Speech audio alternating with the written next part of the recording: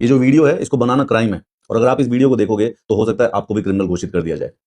यार एक आर्टिकल पढ़ रहा था और बहुत ही आउटस्टैंडिंग ब्रिलियंट आर्टिकल था, तो मेरा मन किया मैं आप लोगों के साथ शेयर करूं। एक लॉ स्टूडेंट है ऋषि कुमार, उसने कहा है कि Supreme Court of India has no spine. अभी भी रिसेंटली एक एनसीईआरटी में एक चैप्टर आया था, उसमें एक सेक्शन था 350 वर्ड्स का, जिसमें करप्शन इन जुडिशरी के बारे में बात की। उससे हमारी सुप्रीम कोर्ट इतनी बुरी तरह चिढ़ गई कि पहले तो उन्होंने वो चैप्टर तो डिलीट करवाया ही करवाया, लेकिन उसके बाद वो उन लोगों के पीछे पड़ गए हैं जिन्होंने वो चैप्टर लिखा था।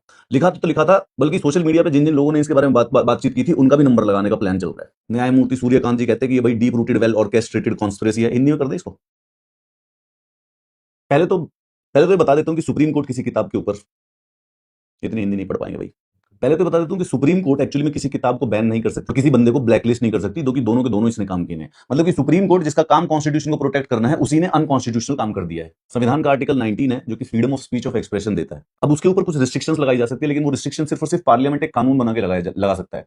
सुप्रीम कोर्ट की इतनी ताकत नहीं है। पहले तो इन्होंने एनसीईआरटी को बैन किया, और उसके बाद मार्च 11 को जो उस किताब के 3 ऑथर थे, माइकल डनिनो, सुपर्णा दिवाकर और आलोक प्रसन्न कुमार, उनको और ब्लैकलिस्ट कर दिया। अगर वो एनसीईआरटी का चैप्टर सच में ही सुप्रीम कोर्ट की गरिमा के ऊपर प्रश्न उठा रहा था, तो supreme court contempt of court का केस लगा सकती थी, लेकिन उन्होंने वो भी नहीं लगाया। एकदम रैंडम, इलीगल और अनकॉन्स्टिट्यूशनल काम किया है इन्होंने। आपको बता दूं कि वो 18 पन्ने का चैप्टर उस एनसीईआरटी के अंदर, उसके अंदर सिर्फ एक पैराग्राफ था 350 वर्ड्स का, जिसमें सिर्फ ये लिख दिया गया था कि जुडिशरी में भी करप्शन की कुछ संभावनाएं हैं, और उसके अंदर जो स्टेटमेंट लिखी हुई है वो एक्चुअली में पुराने चीफ जस्टिस बीआर गवई की स्टेटमेंट लिखी गई है, और उसके बाद कुछ कुछ पॉजिटिव चीजें जो कि जनरली एक एनसीईआरटी का चैप्टर करता है। तो किस बात पे चिड़ी थी सुप्रीम कोर्ट?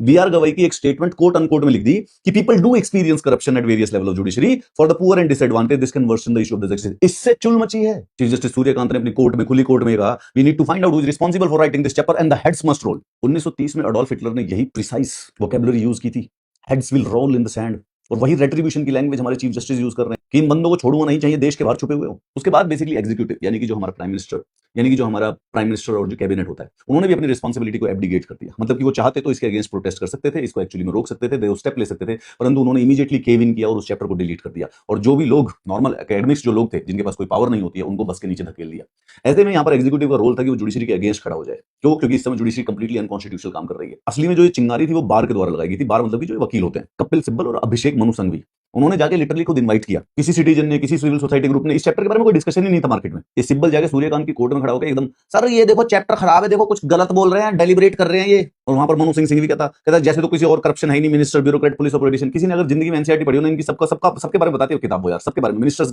ब्यूरोक्रेट्स, पुलिस, हमें क्या मतलब इनकी करप्शन के बारे में पर्सनल एक्सपीरियंस से पता चल रहा होता है।